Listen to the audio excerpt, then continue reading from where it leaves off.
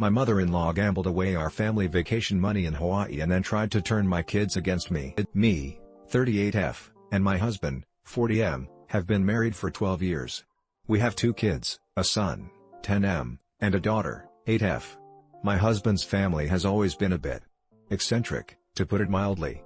His mother, 65F, is a narcissistic control freak who has always tried to run our lives, and his sister, 42F, is her enabler.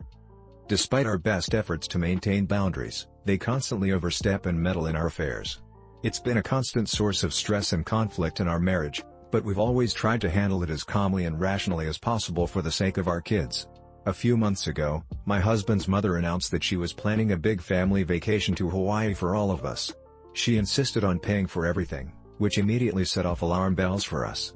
With her, there are always strings attached. Sure enough, she started making all kinds of demands about where we would stay, what activities we would do, and even tried to dictate our daily schedules. When we pushed back, she threw a tantrum and accused us of being ungrateful. Despite our misgivings, we decided to go on the trip to keep the peace. Big mistake. From the moment we arrived, my mother-in-law was a nightmare. She constantly criticized my parenting, made snide comments about my appearance, and tried to undermine my authority with the kids. But the real kicker came when we discovered that she had been secretly gambling away our travel money at the hotel casino. We were supposed to use that money for activities and souvenirs, but she had blown through it all in a matter of days. When we confronted her about it, she didn't even try to deny it. Instead, she blamed my husband for letting her gamble and accused us of being controlling and ungrateful for her generosity. That's when her enabling daughter stepped in and started defending her behavior.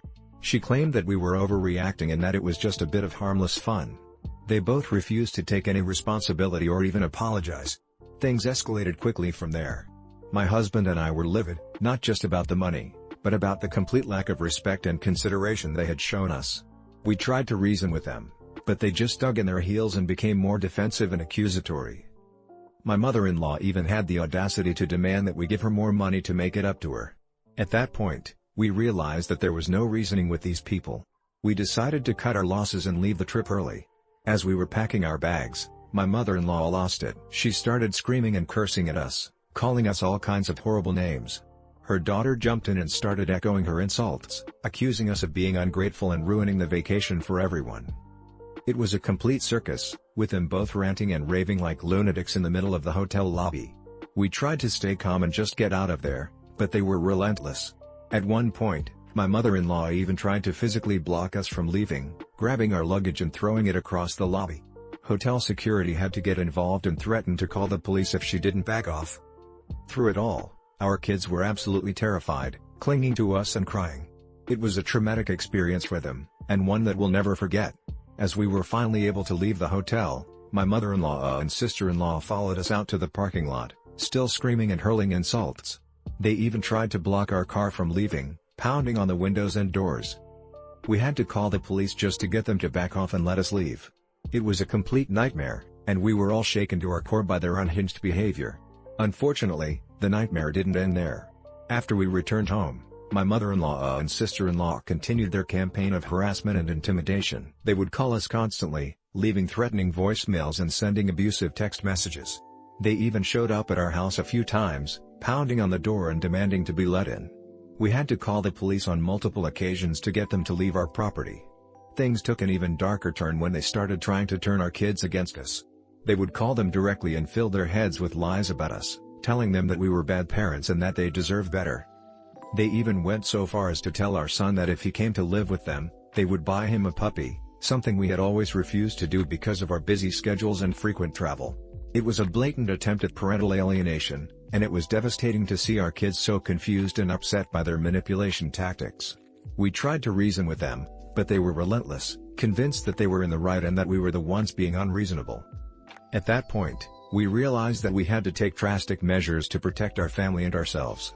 We consulted with a lawyer and filed for a restraining order against my mother-in-law and sister-in-law. It was a difficult decision, but we felt that it was necessary to ensure our safety and the well-being of our children. The process was long and emotionally draining, but in the end, the restraining order was granted. They were legally prohibited from coming within a certain distance of our home or our kids' schools, and from contacting us in any way. Of course, this only served to enrage them further. They tried to fight the restraining order, hiring their own lawyers and accusing us of all sorts of lies and fabrications. They claimed that we were the ones who were abusive and controlling, and that they were just trying to protect their grandchildren from us. It was a bitter and ugly legal battle, but in the end, the restraining order was upheld. The judge saw through their lies and recognized their behavior for what it was, toxic and abusive. While the legal battle was a victory, the emotional toll on our family has been immense. Our kids are still struggling to process everything that happened, and they've had to undergo counseling to deal with the trauma and manipulation they endured. As for my husband and I, we're doing our best to move on and rebuild our lives without the constant stress and toxicity of his family. But it's been difficult. There's a part of us that still mourns the loss of those relationships, even though we know they were never truly healthy or sustainable. Looking back, it's hard to believe how quickly things spiraled out of control. What started as a simple disagreement over a vacation turned into a full-blown family war, complete with legal battles and emotional trauma. But in a way, it was a necessary wake-up call for us.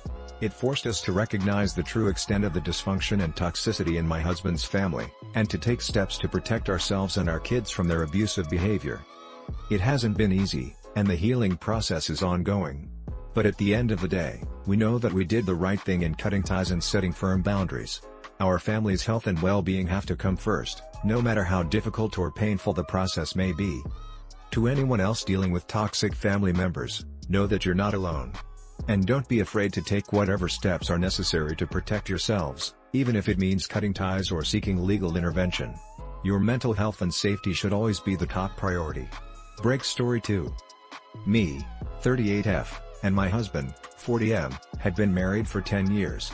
We have 2 kids, a son, 8M, and a daughter, 6F.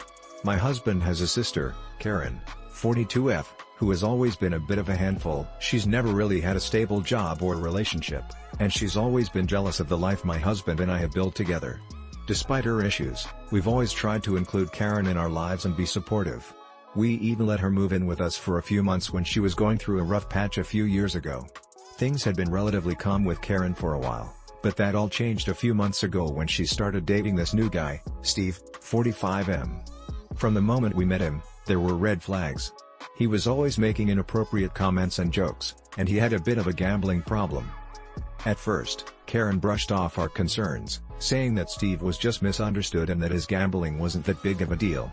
But it quickly became apparent that Steve was a bad influence on her, and that his gambling habit was spiraling out of control.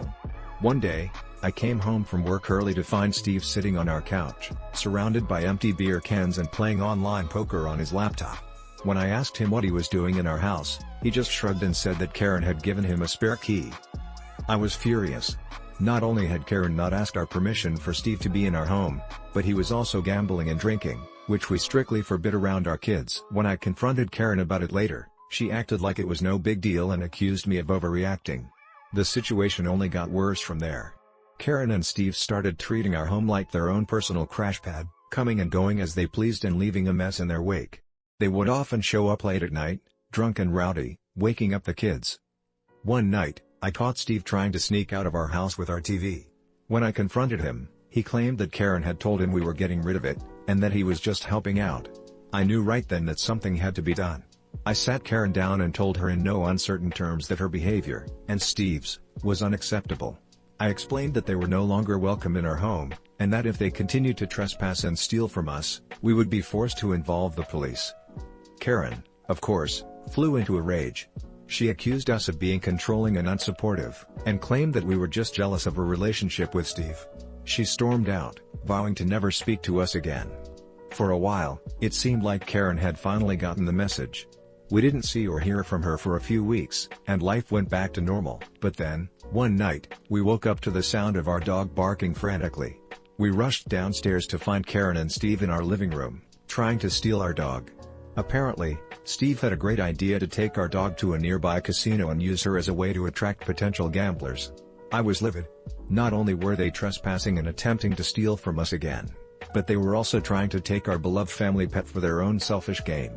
I immediately called the police, and Karen and Steve were arrested on the spot. As they were being led away in handcuffs, Karen screamed at us, calling us every name in the book and swearing that we would regret this. At that moment, I knew that our relationship with her was likely beyond repair. In the aftermath of the arrest, Karen and Steve tried to play the victim card, claiming that we had overreacted and that they were just borrowing the dog for a little while. They even went so far as to accuse us of animal abuse, saying that we didn't deserve to have a pet. Of course, none of their lies held up in court.